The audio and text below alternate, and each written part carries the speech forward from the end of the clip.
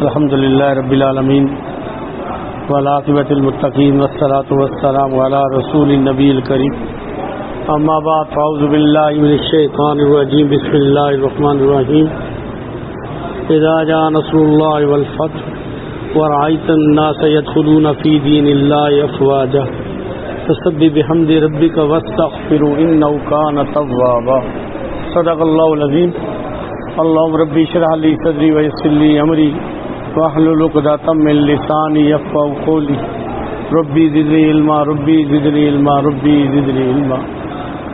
اللهم صل علی محمد النبی الامی وازواج امہات المؤمنین وذریته وآل بیته کما صلیت علی ابراہیم انک حمید مجید. اللهم صل علی محمد النبی الامی وعلی آلہ وصحبہ وبارک وسلم. دنیا میں آپ نے اکثر دیکھا ہوگا کہ اکثر لوگ ایسے ہوتے ہیں کہ بڑی محنت کر کے پیسہ کماتے ہیں، جائیداد بناتے ہیں، خوب محنت کرتے ہیں، اچھی محنت کرتے ہیں، لیکن ان میں سے تھوڑے لوگ ایسے ہوتے ہیں کہ جو اس کو ضائع ہونے سے بچاتے ہیں. اکثر اپنے ہاتھوں سے کمائی ہوئی دولت کو ضائع کرتے ہیں، اور ہم نے تو دیکھا ہے رواجوں کی نظر، دکھاوے کی نظر، شہرت کی بھوک کی نظر، یا کسی نہ کسی میں اپنا مال ضائع کر دیتے ہیں. ایک تو اس طرح کے لوگ ہیں. کچھ ایسے لوگ ہیں جو گناہوں پہ لگا دیتے ہیں، ان کے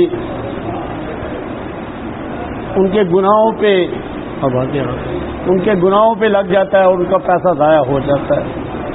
اور ایک عموماً ایسے لوگ ہوتے ہیں اور یہ کہ جن کو جائیداد وراثت میں یا مال وراثت میں بہت ملا ہوتا ہے. ماں باپ نے محنت کی ہوتی ہے، باپ نے کی ہوتی ہے، یا اوپر سے چل رہی ہوتی ہے، تو ان میں اس کا کوئی حصہ نہیں ہوتا، بس مال مل جاتا ہے مفت میں. تو یہاں آ کے کوئی 5% یا 10% کے لوگ ہوتے ہیں جو اس کو آگے چلا لیتے ہیں، ورنہ 90% لوگ ضائع کرتے ہیں. اور یہ پکی ٹھکی بات ہے. عموماً یہ ایک مشہور ہے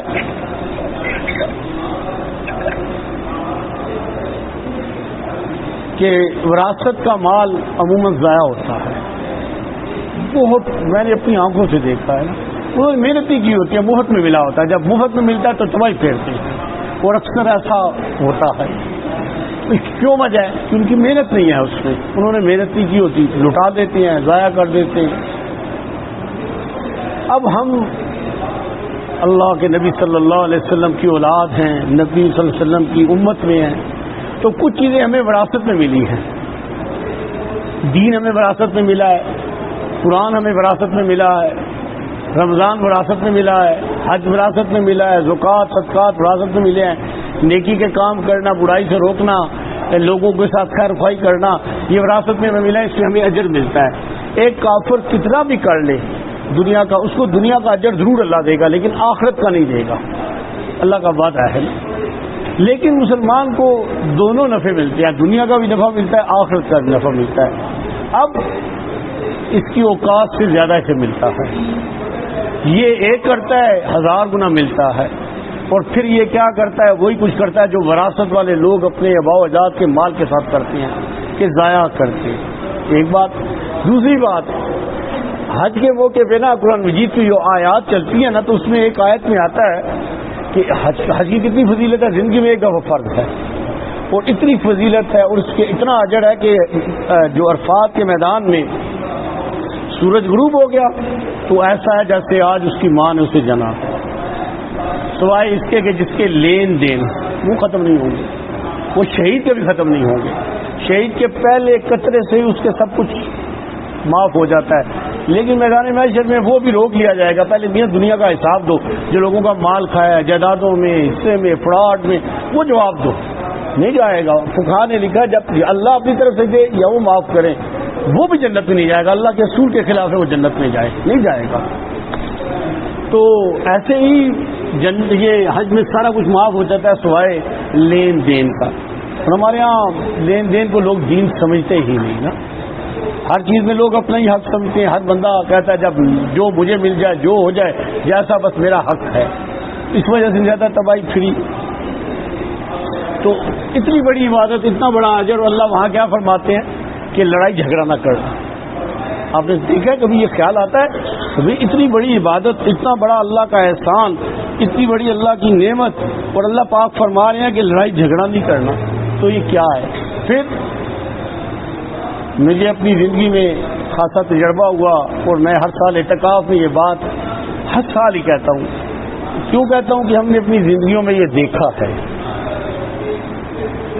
کہ آدمی جب اعمال کرتا ہے نا، خصوصاً رمضان ہے، حج ہے، اور یہ ذی الحجہ اور قربانی، یہ ذرا بڑے بڑے کام ہیں سال کے نا، تو شیطان کو بڑی تکلیف ہوتی ہے.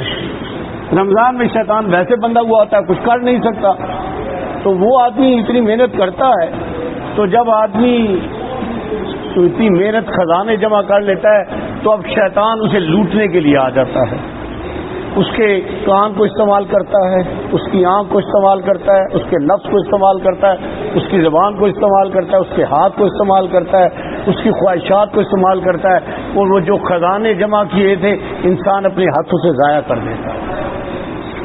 آپ یقین مانیں 1 مہینہ اتنی لوگ محنت کرتے ہیں، اتنی محنت کرتے ہیں، کئی لوگ تو عید کی رات ہی ضائع کر دیتے ہیں. میں ایک حقیقت بتا رہا ہوں، یہ دکاندار ہیں، انہیں اچھی طرح پتا ہے کہ کیا ہوتا ہے اس رات میں. اچھے جنہوں نے پورے مہینے میں روزہ نہیں چھوڑا وہ گناہ کار گزرتے ہیں جس کا تصور بھی نہیں ہے. اور پھر عید کے دن رہی تھی کسر، اور پھر عید کے بعد ناران کاغان سوات مڑی وہ بکلی ساری کسریں پوری کر دیتا ہے. کچھ بھی نہ ہو، بد نظری سے تو کوئی نہیں بچ سکتا وہاں. یعنی آخری درجے میں گناہ لے جاؤ تو یہ ضرور اسے مل جاتا ہے تحفے میں. تو اسی طرح ہی کچھ اور بھی چیزیں. تو یہ شیطان جو ہے نا ہمارے اعمال کے بعد نا ڈاکہ ڈالتا ہے، اور ڈاکہ وہاں ڈلتا ہے جہاں مال ہوتا ہے، جہاں مال میں وہ ڈاکہ نہیں ڈلتا. اسی طرح ہی میں نے حج میں اور عمرے میں اتنی لڑائیاں دیکھی، گالی گلوچ، غلیظ گالیاں، گندی گالیاں میں نے ان کانوں سے سنی، اور لوگوں کو جگڑتے مدینہ طیبہ میں لوگوں کو غلیظ باتیں کرتے سنتے لڑتے دیکھا. میدان عرفات، مزدلفہ، منی میں انتہائی کر جاتے ہیں لوگ. تو یہ ابھی ہمارا ذی الحجہ کا عشرہ تھا، بڑا قیمتی عشرہ تھا، ماشاءاللہ لوگوں نے روزے رکھے، راتیں جاگی. چلو کمزوری کے اعتبار سے اتنا زیادہ نہ کر سکے لیکن کچھ تو کچھ کیا یہ سب نے. پھر قربانی کا عمل اللہ کے ہاں بڑا مقبول ہے، بڑا اجر ہے قربانی کا. تو نبی صلی اللہ علیہ وآلہ وبارک وسلم کے صدقے ہمیں یہ اتنی بڑی سعادت ملی ہے کہ یہ اس سے اللہ کی بڑی نعمت ہے ہم پہ. تو شیطان کیا کرے گا؟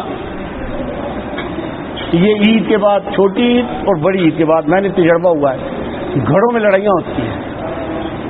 آدمی کو سمجھ نہیں آتی کیوں لڑائی ہو رہی ہے. شیطان لڑاتا ہے، میاں بیوی کی، بہن بھائی کی، ماں بیٹے کی، رشتہ داروں کی، جو ساس بہو کی لڑائیاں جھگڑے ہوں گے.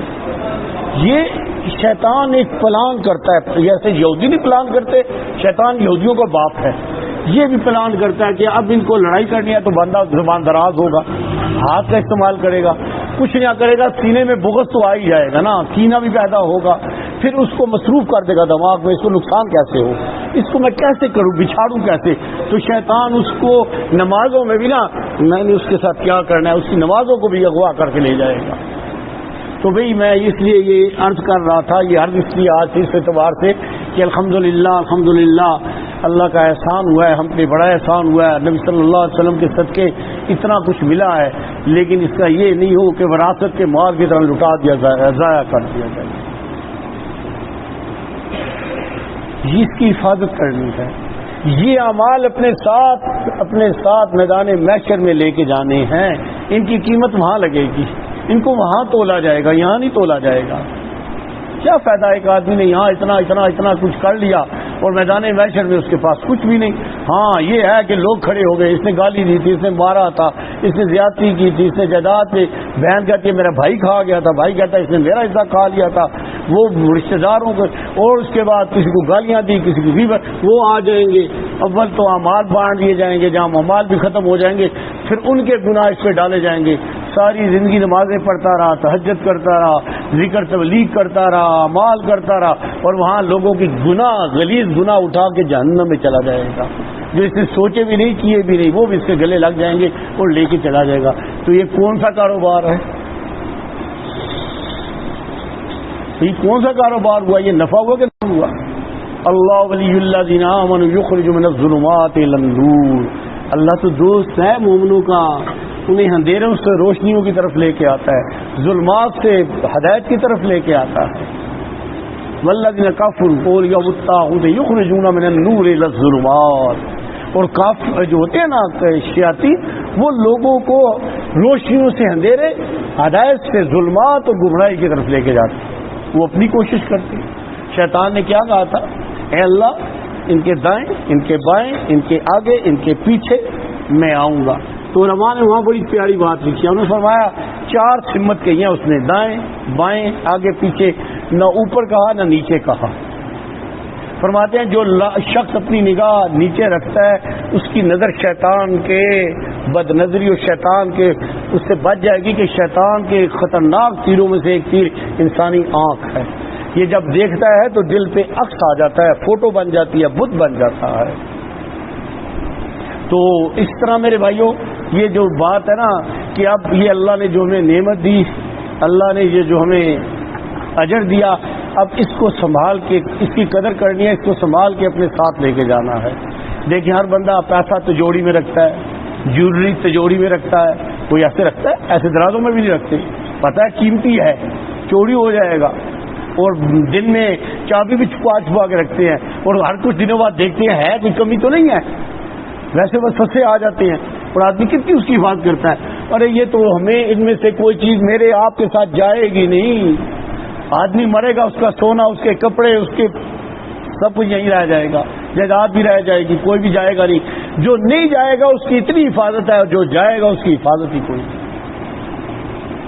آپ یقین مانیں میں تو کچھ چیزیں عبرت کی نگاہ سے دیکھتا ہوں نا، کتنی عورتیں ایسی ہیں کہ جنہیں اور سونے سے محبت ہوتی ہے عشق کی حد تک، بوڑھی بھی ہو جاتی ہیں 70 سال کی، مرتی ہیں، ہیرے کی انگوٹھیوں پہ 10 انگوٹھیاں ہوتی ہیں ان کی، اگر 4 بچے ہیں نا تو شرائط لگاتی ہے میرے بچے کے جہیز میں نا انگوٹھی ہیرے کی آنی چاہیے۔ میں نے ایسے کیسے دیکھی ہیں، بھیج دیتے ابھی ہیرے کی انگوٹھی مجھے نہیں آئی، 6 پہلے اس کے پاس پڑی ہوئی ہے، ظلم ہے نا۔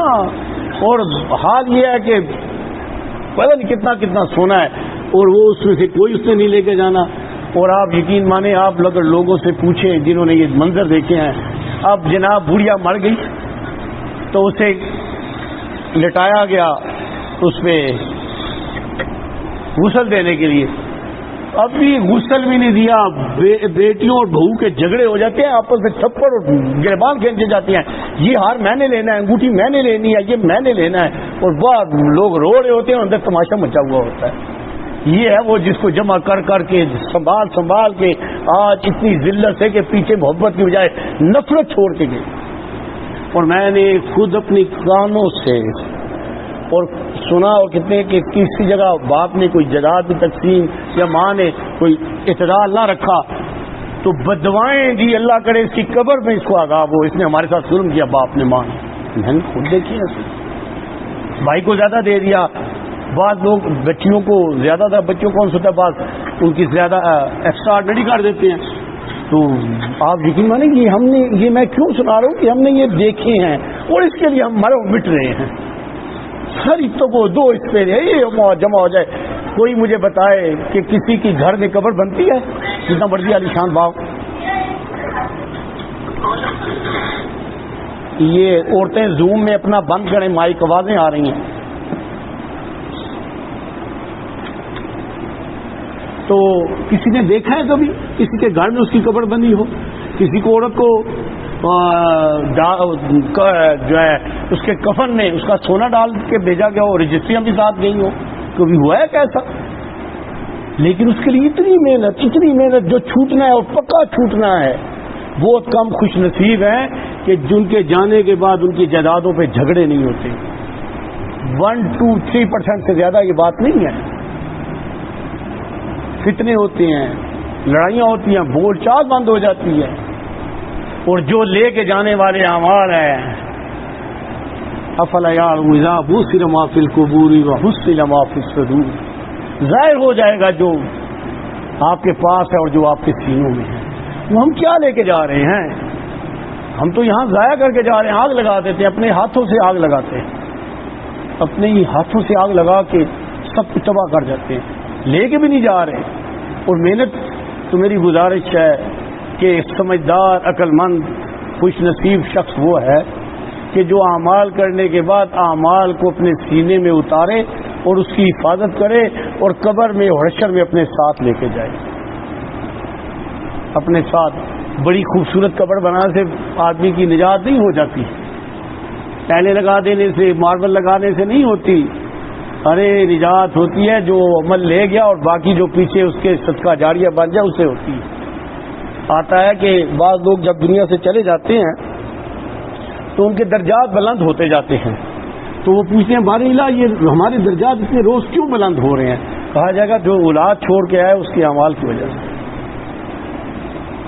اور اسی طرح میدان محشر میں ہوگا جب وہ اپنے نام اعمال دیکھے گا، کہے گا اللہ یہ 100 حج، میں نے تو ایک حج کیا ہے، جہاد بھی لکھا ہے، یہ تو نے اپنی اولاد کی تربیت کی، اس کی اولاد، اس نے وہ جتنے اعمال ہوئے ہیں وہ سارے تیرے بھی کھاتے میں لکھے گئے. یہ لے کے جانے والی چیزیں ہیں جو لے کے نہیں جا رہے ہم. آپ دیکھیں گوشت ہے نا، تو جس دن لوگوں نے قربانی کیا ہے جو بانٹا باقی فریج اور ڈیپ فریزر میں رکھا، باہر کسی نہیں چھوڑا. کیوں؟ کالا ہو جائے گا، خراب ہو جائے گا. اتنی عقل سب کو ہے یہ خراب ہو جائے گا، سب نے کیا ہے. لوگ نئے نئے ڈیفریزر خرید لیتے ہیں 1-2 دن پہلے، ان کی بھی آگ لگ جاتی ہے ریٹوں میں. لیکن کسی نے یہ سوچا کہ ہمارے جو اعمال کر رہے ہیں ہمارے سینے میں جمع بھی ہو رہے ہیں، ہمارے ساتھ اتر بھی رہے ہیں، ہماری قبر میں جائیں گے بھی، ہم لے کے جانے والے بھی ہیں، ایسی صورت بن رہی ہے کہ ہمارے ساتھ جائیں گے. تو بھئی اس کا اہتمام کرنا ہے اور اس کے لیے اپنا تجزیہ بھی کرنا ہے، محاسبہ بھی کرنا ہے، اپنے قول اور فعل کو بھی دیکھنا ہے اور اللہ سے مدد مانگنی ہے. اللہ کی مدد کے بغیر نہیں کر سکتے. اللہ کے نبی کیا فرماتے ہیں؟ ربی انی مغلوب فانتصر. سیدنا نوح علیہ السلام 950 سال تو ایک جگہ تبلیغ کی ہے اور رسول تھے، آدمی ثانی کہا جاتا ہے، ان کے بعد ساری انسانیت دوبارہ پیدا کی اور ایک انہوں نے بددعا کی، ان کی بددعا پہ اللہ نے زمین کو ختم کر دیا. اور اللہ سے فرماتے ہیں اللہ میں بڑا کمزور ہوں، تو میری مدد کر. تو اس کا محاصل کیا ہے کہ اللہ سے مدد مانگنی ہے کہ اے اللہ توفیق کس نے دی تھی مجھے اعمال کی؟ اللہ اس کی حفاظت بھی تو فرما. وما ابرئ نفسی ان النفس لامارۃ بالسوء الا من ربی. کوئی بھی گناہ سے نہیں بچ سکتا جب تک اسے اللہ نہ بچائے. تو بھئی یہ جو نیکیاں ہیں ابھی ماشاءاللہ قربانی کی، جنہوں نے روزے رکھے، راتیں کچھ نہ کچھ جاگ لی، اعمال کیے ہیں، اب لڑائیوں جھگڑوں کی صورت میں، فتنوں کی صورت میں اس کو ضائع نہیں کرنا. جب کوئی غصہ چڑھے تھوڑی دیر کے لیے خاموش ہو جائیں، جگہ بدل لیں، کھڑے ہیں بیٹھے ہیں لیٹ جائیں، درود شریف کر لیں. پر میں نے عربوں کو دیکھا وہ درود شریف پڑھتے ہیں، بڑا اہتمام کرتے ہیں. ذرا سا کوئی جھگڑا ہونے لگے نا دونوں حضرات درود شریف پڑھتے ہیں، میں نے خود دیکھا ٹھیک ہو جاتا ہے معاملہ. برکت ہے نبی صلی اللہ علیہ وسلم کے نام کی. تو بھئی ان سے بچنا ہے اور اللہ ہم سب کو پھر ان سے بچائے گا. اور ہر اس عمل کو دیکھنا ہے کہ مجھے اب یہ ایک بات اپنے اندر اگر ہم بٹھا لیں نا تو ہمارے بڑے مسئلے حل ہو جائیں گے. ایک بات اپنے اندر، یہ جو کچھ میں کر رہا ہوں اس وقت، اگر ابھی مجھے اس حال میں موت آ جائے تو میں اللہ اور اللہ کے نبی کا کیا سامنا کر سکتا ہوں؟ گانے سننے کو جی چاہے تو بڑی اونچی آواز میں، تو کیا مجھے حال موت آ گئی تو میرا آخری عمل کیا تھا؟ گانے سننا، میوزک سننا. جس حال میں آدمی مرے گا ہاتھ میں اٹھایا جائے گا. ان گندی گلوکارہ فنکارہ غلاظت والی ان کے ساتھ اس کا میدان محشر میں حشر ہوگا. کتنے لوگ ہیں سفر کرتے گانے لگا لیتے ہیں، ایکسیڈنٹ ہوتا ہے، اس کا آخری وقت ہی گانے سننے میں، کئی ساتھ گنگناتے بھی ہیں، آخری میں کلمے کی بجائے اس کے زبان پہ وہ گانا نکلا ہوا ہے. کوئی ٹی وی دیکھ رہا ہے، ناچ گانے میوزک. جناب میں خبریں سن رہا ہوں، خبروں میں بھی واہ مشہوریاں آ جاتی ہیں گندی غلیظ. اس کو بہت جو آ جائے اس حال میں، آخر اس کا کام کیا کیا دیکھتے دیکھتے مڑا ہے، کس حال میں ہوگا. کوئی عمل جو ہے نا، کوئی کسی اعتبار سے، دنیا دین کسی اعتبار سے کوئی عمل جب کرے نا تو یہ سوچیں کہ ابھی اس حال میں اگر موت آ گئی تو کیا میں اس قابل ہوں کہ اللہ کا سامنا کروں اور رسول صلی اللہ علیہ وسلم کے سامنے کھڑا ہو جاؤں اور میدان محشر میں نبی صلی اللہ علیہ وسلم کے پاس جاؤں کہ یا رسول اللہ مجھے حوض کوثر سے پانی پلا دیجیے اور میرا سفارش کر دیجیے. بس بڑا آسان سا ہے. اور اسی طرح ہی کوئی بچی یا عورت ہے اپنا حلیہ دیکھ لے کہ میرا حلیہ امی جان فاطمہ تو زہرا کی طرح ہے یا دنیا دار ان اداکاروں کی طرح ہے. اور اگر میری موت ان اداکاروں کے حلیے میں آئی تو میدان محشر میں تو مجھے ان کے ساتھ کھڑا کیا جائے گا, فاطمہ تو زہرا کے ساتھ کھڑا نہیں کیا جائے گا رضی اللہ تعالی عنہما. وہ تو حدیث ہے کہ جن سے محبت, جن جیسے من تشبہ بقوم فہو منہم, جیسی مشابہت کرو گے ویسے اللہ پاک ان کے ساتھ معاملہ کریں گے.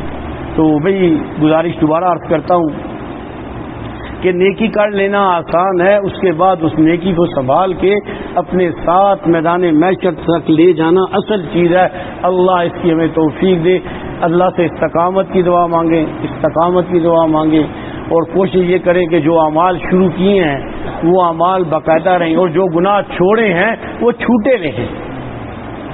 وہ اعمال جو گناہ کیے ہیں, علماء نے ایک بات لکھی ہے کہ ایک آدمی ایک جگہ جاتا ہے تو وہاں اس سے غلطیاں گناہ ہے نا, تو اس جگہوں پہ بات بھی نہ جائے, توبہ کے بعد بھی نہ جائے, توبہ کر کے بھی نہ جائے, شاید اس کو اس جگہ کے احساس یا گناہ کی وجہ سے واپس نہ لوٹ آئے.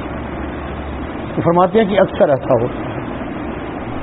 گناہ کا تذکرہ نہ کرے, گناہ کا تذکرہ دل میں گناہ کی محبت پیدا کرتا ہے. اور ابھی خیال آ جائیں تو اسی وقت استغفار کرے کہ اللہ آپ نے میری حفاظت فرمائی تھی, اب آئندہ بھی میری حفاظت اللہ آپ ہی فرما سکتے ہیں. اللہ میرے آپ کے گناہوں کو غلطی